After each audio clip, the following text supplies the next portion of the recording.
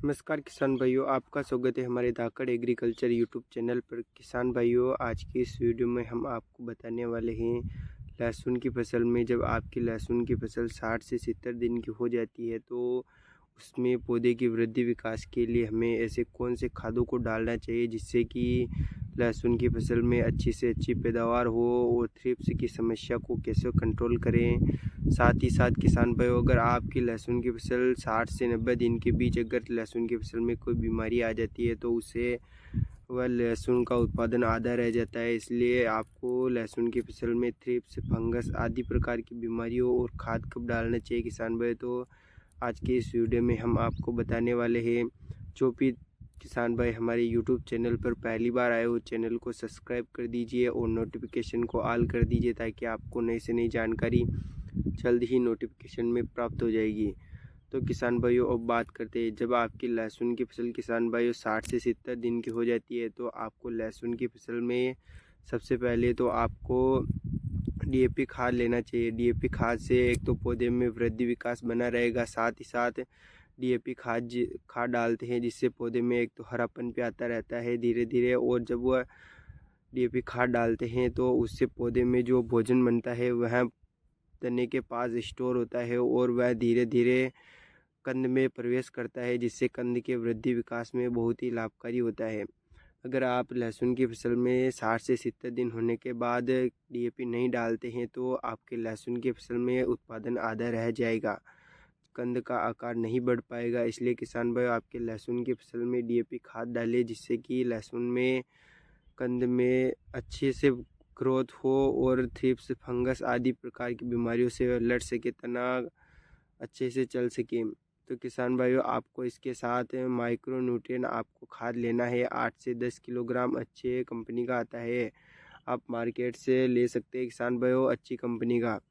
जब किसान भाई आपकी लहसुन की फसल किसान भाई बात करें तो 30 से 40 दिन की होती है तब भी आपको खाद डालने की आवश्यकता होती है। जिस समय पे अगर आप खाद नहीं डालते हैं तो जिससे कि लहसुन की फसल में वृद्धि विकास पर बहुत ही गहरा प्रभाव पड़ता है। इसलिए किसान भाई, आपके लहसुन की फसल में अच्छी वृद्धि पाना चाहते हैं और अच्छे से अच्छे हरापन लाना चाहते हैं, बहुत सारे किसान भाई यूरिया खाद डालते हैं, बहुत सारे किसान भाई बहुत कम यूरिया खाद डालते हैं जिससे कि लहसुन की फसल में हरापन नहीं बना रहता है, जिससे कि कंद में वृद्धि विकास समय पर पोषक तत्व नहीं जा पाते, जिससे कि कंद का उत्पादन आधा रह जाता है। कंद के वृद्धि विकास पर बहुत ही गहरा प्रभाव पड़ता है जिससे कि वह कंद की वृद्धि नहीं हो पाती है। इसलिए किसान भाइयों, आप समय समय पर खादों का प्रयोग करना बहुत ही आवश्यक है। किसान भाइयों, आपको बात करें तो लहसुन की फसल में डीएपी खाद आपको 60 से 70 दिन में आपको कितना लेना है, तो 20 से 25 किलोग्राम डीएपी खाद लेना है पर एकड़ के हिसाब से किसान भाइयों। और इसके साथ आपको पोटास खाद 20 से 25 किलोग्राम आपको खाद लेना है किसान भाई। बात करें पोटास खाद से तो लहसुन की फसल में जब पोटास खाद डालते हैं तो वह भोजन बना रहता है तने में, वह धीरे धीरे कंद में प्रवेश करता है जिससे कि कंद के आकार में वृद्धि होती है, कंद चमकीला रहता है और अच्छे से फूला हुआ बड़ा दिखाई देता है, बड़ा होता है, उसका उत्पादन बड़ा होता है, उसकी ग्रोथ अच्छे से हो पाती है। अगर किसान भाई आपके क्या है, किसान भाई लहसुन की फसल एक कंद वर्गीय फसल है जिसमें पोटास खाद की आवश्यकता बहुत ही महत्वपूर्ण है। अगर आप पोटास खाद की आवश्यक किसान भाइयों, अगर आप पोटास खाद को समय पर खेत में नहीं डालते हैं तो पोटास खाद से नहीं डालने से आपके लहसुन की फसल में उत्पादन घट जाएगा। इसलिए किसान भाई, आप पोटास खाद अवश्य डालें।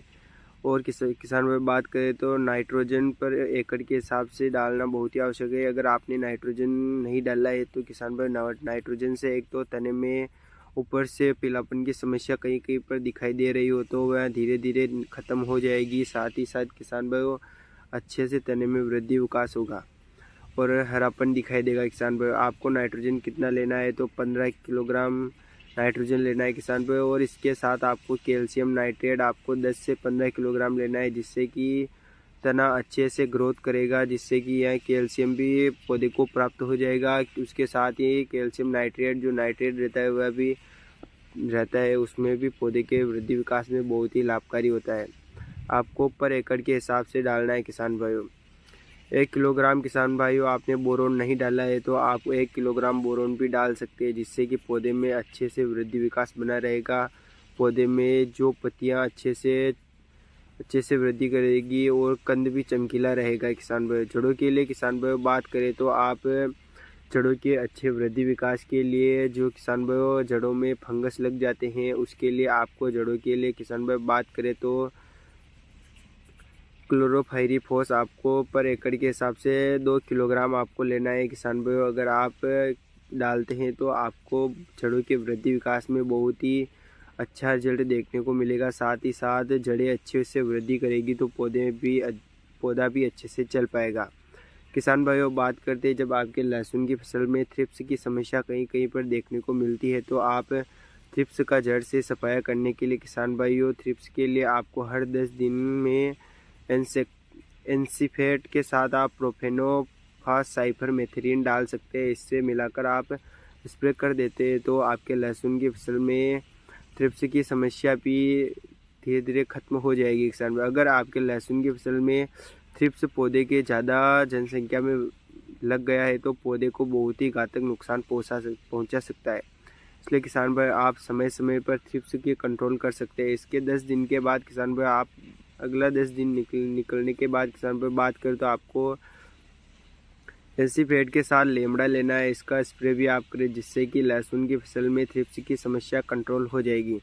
किसान भाई, अगर आपको यह वीडियो पसंद आया हो तो वीडियो को लाइक कर दीजिए। आपने अभी तक चैनल को सब्सक्राइब नहीं किया है तो चैनल को सब्सक्राइब कर दीजिए ताकि आपको नई से नई जानकारी जल्द ही नोटिफिकेशन में प्राप्त हो जाएगी।